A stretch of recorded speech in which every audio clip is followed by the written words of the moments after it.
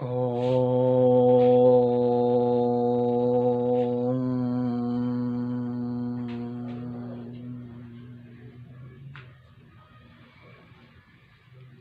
को प्रणाम, नमस्ते। आज हम एक बहुत गंभीर, बहुत ही गहरे, बहुत जटिल और बहुत विवादित, चहुं ओर विवादित विषय पर बात करते हैं। विषय है बलात्कार। और हमारा एक प्रश्न इस पर खड़ा होता है, बलात्कार करें या नहीं। इस प्रश्न से बहुत सारे प्रश्न हमारे भीतर उपस्थित होते हैं। बलात्कार करें या नहीं, अर्थात बलात्कार करने चाहिए क्या। सबसे पहले इन बिंदुओं को हम समझें, उससे पहले एक और छोटा सा प्रश्न है, ये बलात्कार है क्या।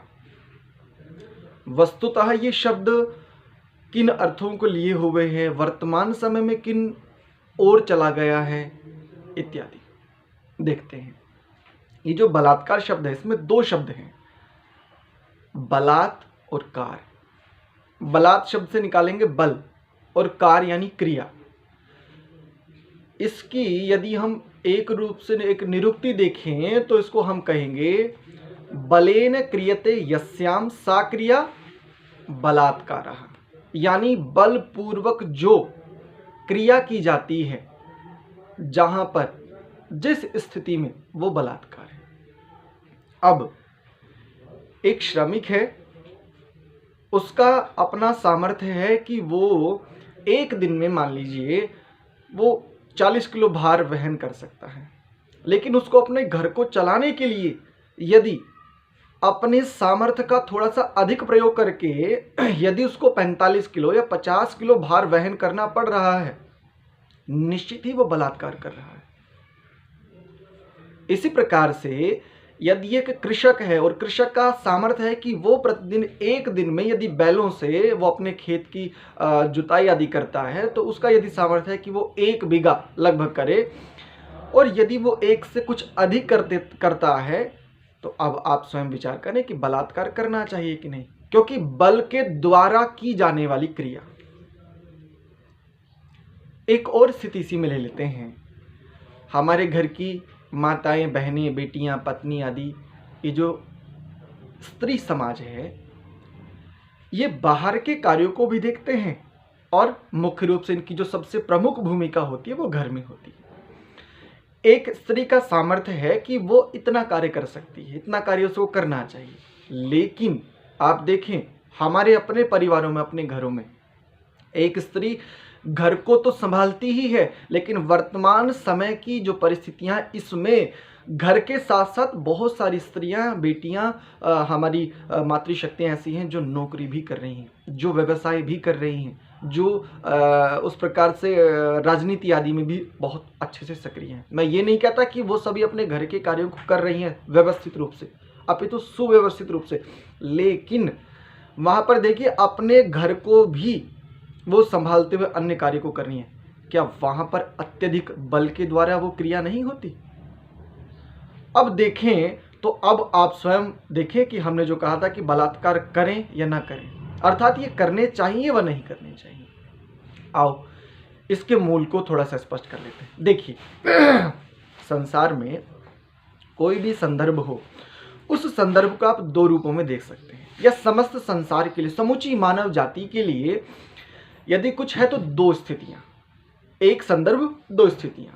मान लीजिए जैसे यही बलात्कार एक संदर्भ है, इसकी दो स्थितियां, एक विधि और एक निषेध। प्रत्येक विषय वस्तु, प्रत्येक वह संदर्भ दो स्थितियों को धारण किए हुए है। उसका किन परिस्थितियों में निषेध होना चाहिए और किन परिस्थितियों में उसका विधान होना चाहिए, किस स्थान पर उसकी विधि हो और किस स्थान पर उसका निषेध हो। एक और इसको थोड़ा सा समझते हैं। ये तो हमारा एक पहलू हुआ कि ये विधान है, इससे तो स्पष्ट होता है कि बलात्कार करने चाहिए।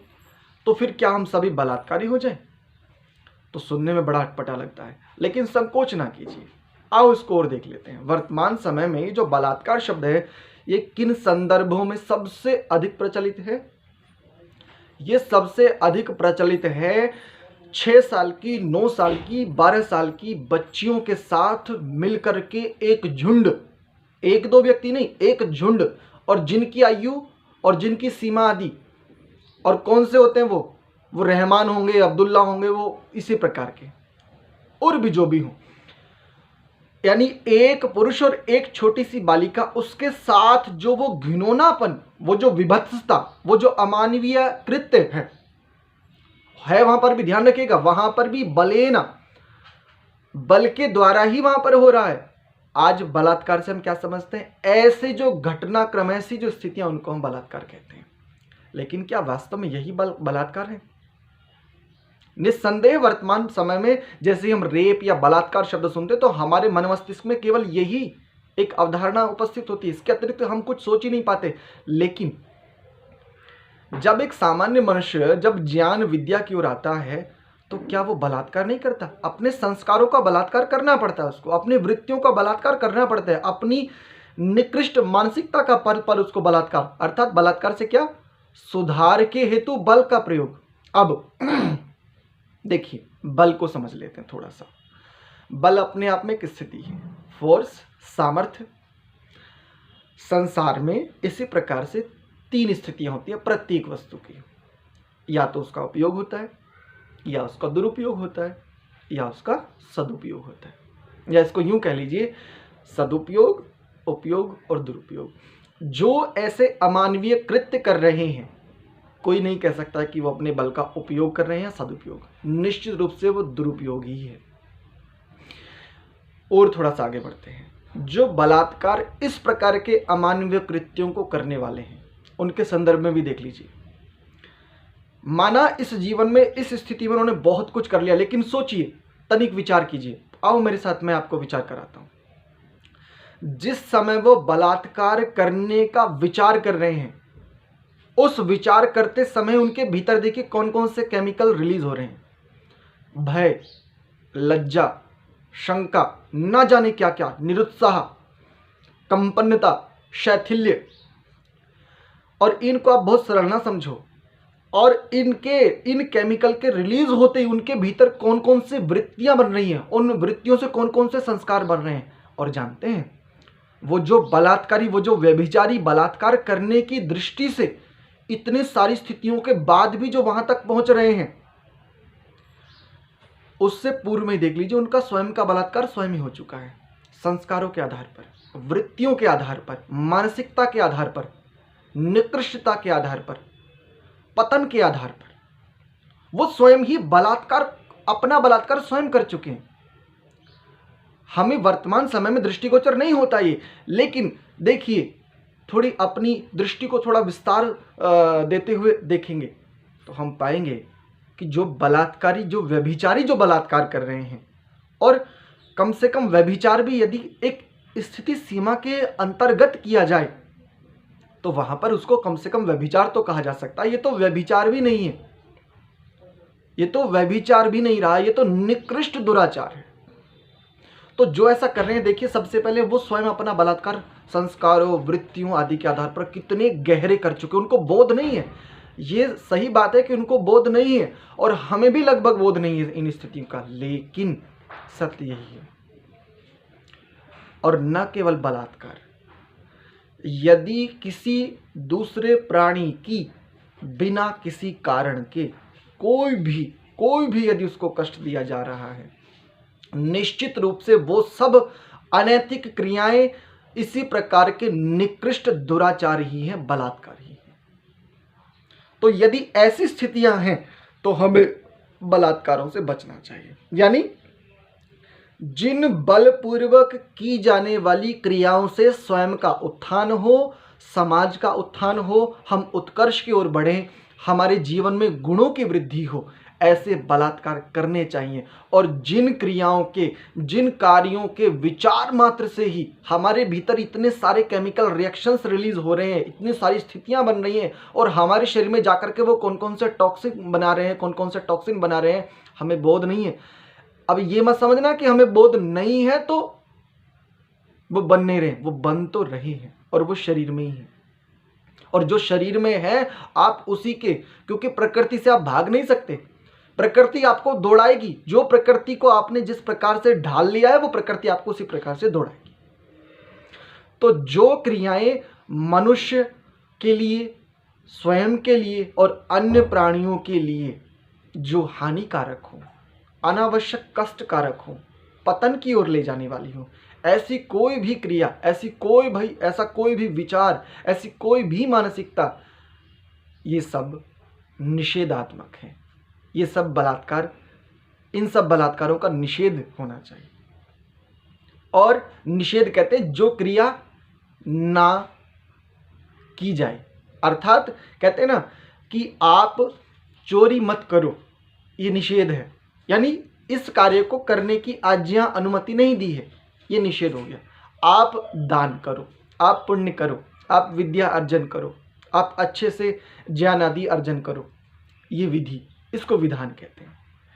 तो जिन क्रियाओं, जिन कार्यों के, जिन विचारों के, जिन मानसिकता आदि, इन स्थितियों के करने से सबसे पहले स्वयं की उन्नति, स्वयं का उत्थान यदि हो रहा है, ऐसे बलात्कार पल प्रतिपल करने चाहिए। जैसे मैं एक छोटा सा और उदाहरण देता हूं। मान लीजिए मैं एक छोटा सा साधक हूं, बहुत छोटा सा, सामान्य। अब साधक के मार्ग में अनेकों बाधाएं आती हैं, उसके संस्कार, उसकी वृत्तियां, सामाजिक परिवेश। वर्तमान समय में सामाजिक परिवेश बहुत अत्यधिक, मैं कहूँगा, दूषित स्थितियों में है। तो क्या करे? यदि उसने बल का, अत्यधिक बल का, अपनी सामर्थ्य से भी अधिक यदि बल का, वैसे ये कह दी जाती है बात कि सामर्थ्य से अधिक हो ही नहीं सकता, लेकिन हम इसको बस उस रूप में देख रहे हैं जो प्रचलन में, अपने सामर्थ्य से जो उसका इस समय उदित नहीं है, सामर्थ्य तो है लेकिन वो उदित नहीं होता, और जो सामर्थ्य उदित नहीं होता उसको कह दिया जाता है कि जी उसने तो अपने सामर्थ्य से अधिक परिश्रम किया। वास्तव में तो वो सामर्थ्य उसका उदित नहीं, या वो संचित है, ऐसा कर लीजिए, कह सकते हैं। एक साधक यदि अत्यधिक बल का प्रयोग करते हुए अपने संस्कारों, ऐसी प्रकार की जो परिस्थितियां उसके साधना के मार्ग में बाधक बने, क्या ऐसी परिस्थितियों को हटाना एक साधक का प्रथम कर्तव्य नहीं है? और कर्तव्य पालन निकृष्ट नहीं हो सकता, क्योंकि कर्तव्य पालन में कभी भी पतन तो हो ही नहीं सकता। कर्तव्य पालन तो उत्थान का मार्ग ही प्रशस्त करता है। कर्तव्य पालन कभी भी पाप युक्त हो ही नहीं सकता। इसलिए ऐसे बलात्कार तो हमें करने होते ही हैं, हम करते ही हैं, करने ही चाहिए। लेकिन जिन क्रियाओं के करने से स्वयं की, समाज की और अन्य स्थितियों की हानि होती हो, ऐसे बलात्कारों से हमें बचना चाहिए। इस प्रकार की दृष्टि से जब हम देखेंगे, निश्चित ही बहुत सारी स्थितियां हमारी समझ में आएंगी। इस वीडियो में केवल इतना ही। इस वीडियो के पीछे का मैं एक छोटा सा संदेश और आपके साथ साझा कर देता हूं। मैं ये नहीं कहता कि मैं अंतिम और अद्वितीय हूं इस प्रकार से, या ये बात, ये विचार बस अंतिम है। मेरा उद्देश्य मात्र एक है कि मैं इस प्रकार के विवादित विषयों पर इस प्रकार की वार्ता इसलिए करता हूं कि एक दृष्टि हो। जब दृष्टि होती है तो सृष्टि भी फिर वैसी होती चली जाती है। कहा भी जाता अपनी परंपरा में, यथा दृष्टि तथा सृष्टि। और देखिए, बलेन क्रियते यस्याम सा क्रिया बलात्कार। अब मैं भी बल से ही इस शब्द पर एक विचार, एक विवेचन कर रहा हूं, एक विश्लेषण कर रहा हूं। क्या इसमें बल नहीं है? अरे बौद्धिक बल प्रयोग कर रहा हूं, मानसिक बल प्रयोग कर रहा हूं, आत्मिक बल भी कहीं ना कहीं प्रयोग हो रहा है। ईश्वरीय सर्वव्यापक में सारी की सारी क्रियाएं घटित हो रही हैं। क्या बल नहीं लग रहा? तो क्या मैं बलात्कार नहीं कर रहा? इस प्रकार से देख सकते हैं। तो जिनसे उत्थान और उत्कर्ष हो वो बलात्कार करे, और जिनसे उत्थान उत्कर्ष आदि ना हो, अर्थात पतन की स्थिति में लेकर के जाए, ऐसे सभी प्रकार के बल रूपी क्रियाएं जो हम करते हैं उनसे हमें बचना चाहिए। इतना ही।